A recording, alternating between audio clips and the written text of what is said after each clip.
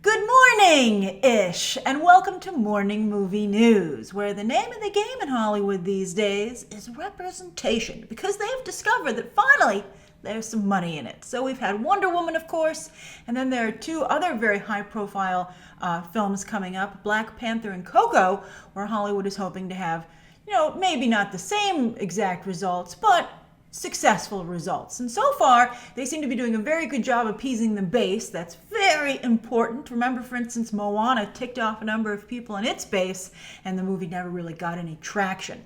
But Wonder Woman had crazy support. Black Panther looks to have insane support. And Coco just opened in Mexico, where it was incredibly well received. They should be taking those quotes and making ads out of them, quite frankly. So with all this representation, understandably, every group out there is like, well, when is it our turn? Well, the Asian community is getting their own film coming up. It's not as high profile as Wonder Woman and Black Panther.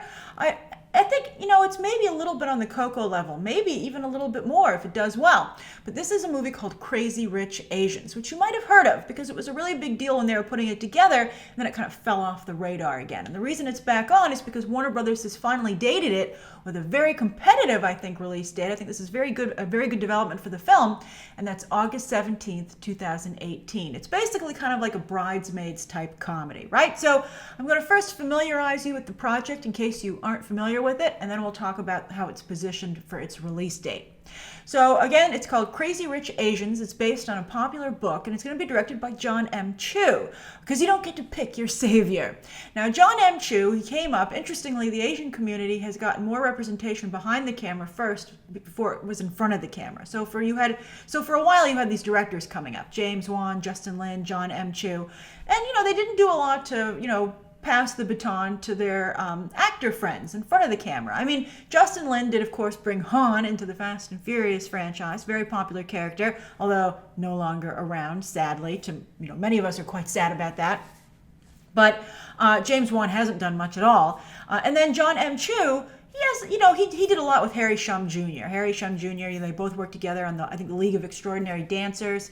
And so John M. Chu hires Harry Shum whenever he can. But for the most part, John M. Chu hasn't done too much until now. Now, he's not in a great place in his career. Maybe that's part of what inspired this goodwill. Because, he did the second G.I. Joe movie, and that was at least pretty good at the box office. But then he did Gem and the Holograms. And, he's kind of his star is dimmed a bit in Hollywood. He's not quite the, well, I don't think he ever really was a great director, but he and his management team for a while had managed to convince the powers that be in Hollywood that he was. So anyway, this is, again, based on a book. It's going to star Constance Wu, who was the first Rose McGowan. You know how Rose McGowan has really, taken to social media to fight against, the Harvey Weinstein situation, etc., very aggressively? Well, Constance Wu, of course, really took a stand when it came to whitewashing. And, to some degree, that could have gotten her this role. She's the actress on Fresh Off the Boat. So we'll see if she picks up with that, or if, she has dialed back quite a bit. And perhaps it's because, she's like, okay, I got a big role. I want to make sure that I have as many people liking me as possible. So she stars. It also has Michelle Yeoh. That's a pretty big get. Ken Jeong. Everybody loves Ken Jeong. What do you know? Harry Shum Jr. And then also Awkwafina, who I think is a fabulous comedian. She's in the upcoming Ocean's 8, but I saw her first in Neighbors 2, where I was very surprised at how much she popped on screen. I thought she was very likable. You hear Awkwafina, she's like a social media person. You wonder what you're going to get. For instance, Harry Shum Jr., he's a nice guy. He started out on Glee, but I don't think he's actually a very good actor, unfortunately. But I think Awkwafina is genuinely quite talented. So this is very exciting. And this movie, again, is going to come out on August 17th, 2018 from Warner Brothers. And Constance Wu plays an Asian American woman, I believe a professor, and she meets the man of her dreams. And so he says, come back with me to Singapore to meet my family for our wedding. And lo and behold, when she turns up in Singapore, she discovers that he's basically Singapore's Prince Charming / Bruce Wayne. He is the most eligible, most wealthy bachelor in the entire country. So the wedding's a big deal. All these other single women in country want to sabotage the wedding and steal him away. And, it's just a little bit of a culture shock. It's a little bit like what we talked about would be nice with Iron Fist if they cast an Asian American in that role. Reacquainting yourself with your culture, your heritage, I guess. And, the question as to whether or not, because you've become so Americanized, if you're legit. So it sounds actually pretty good. Now, this is going to open opposite the Happy Time Murders from Styx Entertainment with Melissa McCarthy. That's the, R-rated, Roger Rabbit type movie with Muppets. It's from the Jim Henson Company, so you can't call them Muppets because those are owned by Disney. We'll see if that's ready in time for the release. And then also a movie called Captive State, which is a sci-fi from Focus Features, which is trying to get a little bit more commercial. And this stars John Goodman and Vera Farmiga. That's a pretty good group, and I really liked John Goodman in 10 Cloverfield Lane. So, but I think that Crazy Rich Asians can compete there very nicely. And it comes out in mid-August, so the movies that open at the beginning of August, that's a very hot release date, will have had their 2-week cushion. And the only potential problem for it is if Barbie is done well. But that's by Sony, so the odds of it being done well are slim. But that comes out August 8th, and that could only be the only potential competition. But this sounds very, very promising, and I can't wait to see a trailer. Constance Wu, while she was a little grating on social media, is very funny on Fresh Off the Boat. So I'm hopeful that she can parlay that into the film. All right, so the second story of the day, back to women, and women are feeling very empowered right now in Hollywood in many different ways. And Elizabeth Banks and Margot Robbie have been two players at the front of that. Elizabeth Banks particularly producing and behind the camera. She's become a very successful director. Well, she directed one successful movie and is taking forever for her follow-up. But Margot Robbie, of course, off of the success of Wolf of Wall Street and then Harley Quinn, she's becoming a very prolific producer, for herself, trying to make sure she gets herself good projects. So they're teaming up to make a movie version of a very popular children's book called The Paper Bag Princess. And let me give you a quick, let me familiarize you with this story. So The Paper Bag Princess is about this princess who meets a Prince Charming, and everything's going great, and they're betrothed, oh yay. Although they're depicted as children in the book, so I find that a little odd. But anyway, Margot Robbie hopes to star in this. So as I tell you this story, see if you think Margot Robbie is a good fit. So a dragon comes and torches the kingdom and takes the prince away. And so the princess, being left with nothing to wear because everything was burned to the ground, dons a paper bag, goes and tracks down the dragon, defeats it, frees the prince, who then criticizes her for looking so bad in her paper bag and not enough like a princess. And I believe she says, "You bum." And then she goes off on her own and is very happy. So it's it's an empowering story. I hope that it's, one of the things that was so great about Wonder Woman is that it did not put down men. But this is a very popular book, and so we'll see if they can strike the right tone. But I can tell you they're off to a bad start. Elizabeth Banks would produce. But I think that Margot Robbie is miscast here. Margot Robbie does not understand her brand.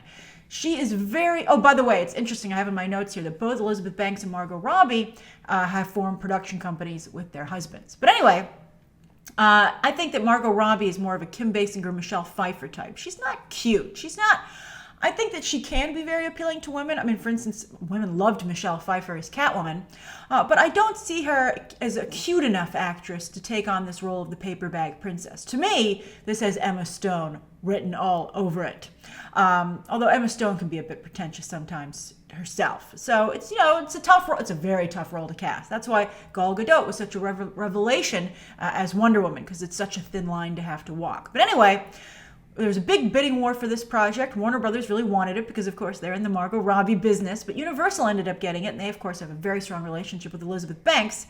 And I'll be curious to see how this movie does, especially because of the live-action fairy tale craze. So, just like they put twists on it in children's books, now they're going to see if they can do that in the movies as well. It's a little bit like Enchanted, which did, pretty well, but then they didn't continue with it because Amy Adams was like, "I'm not going to sign over my likeness to the Disney company," and they were like, "Well, then we're not going to do anything else with this."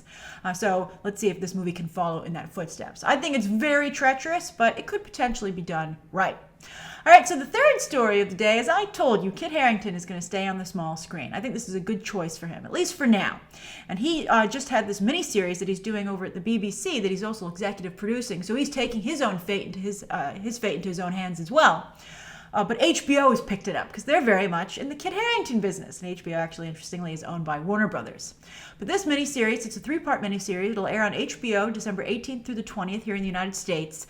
And it's called Gunpowder. But it's interestingly about the real-life events which led up to Guy Fawkes Day in the 17th century. And that, of course, is the imagery used for V for Vendetta, that famous mask. And that was like, an uprising against the powers that be, which, I think is very timely today. Maybe not the most productive, but I don't know very much about Guy Fawkes Day, and I would love this miniseries to educate me. So Kit Harrington stars, and if this is a hit, or at least just even something that people talk about just enough, I think it would be a very good step in the right direction for Kit Harington so that he's not just Jon Snow, that people can see him as something else. And he's very cleverly, I think, in a safe way, laying the groundwork for his career after Game of Thrones. Although I'm still in favor of a Jon Snow spinoff, although we don't know how his story ends in Game of Thrones. So we'll have to wait and see. I know many of you say that they don't want to do a spinoff, they want to do prequels, etc. But never say never. You know, you never know what Hollywood can always fall in love with an idea at the last minute, so we'll see exactly what they decide to do. All right, so the viewer question comes from Another View, and Another View says, Dear Grace, question. When do you think the teaser for Aquaman will drop? Considering that it is the next confirmed movie in the DCEU, some are saying that it will debut along with the Justice League movie. But my instincts say that Warner Brothers might hold it till December and drop it along to be played with Star Wars The Last Jedi to target a bigger audience base. Ooh, that's fighting words. Are you saying The Last Jedi is going to have a bigger audience than Justice League? That might be true. But anyway, Another Review says, your thoughts, predictions. Great question. Well, and this says, looks forward to seeing this, and I watch your videos. And also, I love this. Another View says, loads of love and well wishes from India. I love talking to everybody across the globe. That's so great. India has a fabulous film industry. I wish I could react to more trailers from there, but it's a little tricky with Indian companies. All right, so anyway, as for your question, Another View, I think that they're not going to do either film, to be perfectly honest with you. I don't think it's going to be with Justice League, and I don't think it's going to be with Star Wars either, because it's just Star Wars opens too soon to Justice League. They don't want to distract audiences. They want people to focus on seeing Justice League, not like, you know what, I'm just going to wait for Aquaman. No. So they're going to let you fall in love with Aquaman in Justice League, and then they're going to hit you with this trailer, I think, in early 2018. Because remember, that movie doesn't come out until, it might be the next one in the DCEU, but it's still pretty far away. It doesn't come out until December 2018. So my prediction will probably air in front of Black Panther in February. I think that's a great match. There's also, they've changed the ethnicity of Aquaman, so you can kind of fit in there with that. And then also I could potentially see it if they want to put it in front of their own movie, Warner Brothers, Tomb Raider in March. Maybe teaser trailer. Maybe that's how they'll play it out. But that's what I think you're going to see. I think that they're just going to want to keep this focus squarely on Justice League. And so you're not going to see a trailer for Aquaman or even a teaser anytime in 2017. But we'll see. Maybe we'll all be surprised. All right, so that's today's morning movie news. Thank you so much for tuning in. Please write down below, I think, today's top 3 stories, Another View's viewer question, anything you'd like to see covered tomorrow, and of course, any questions that you might have. Thanks for watching. Bye.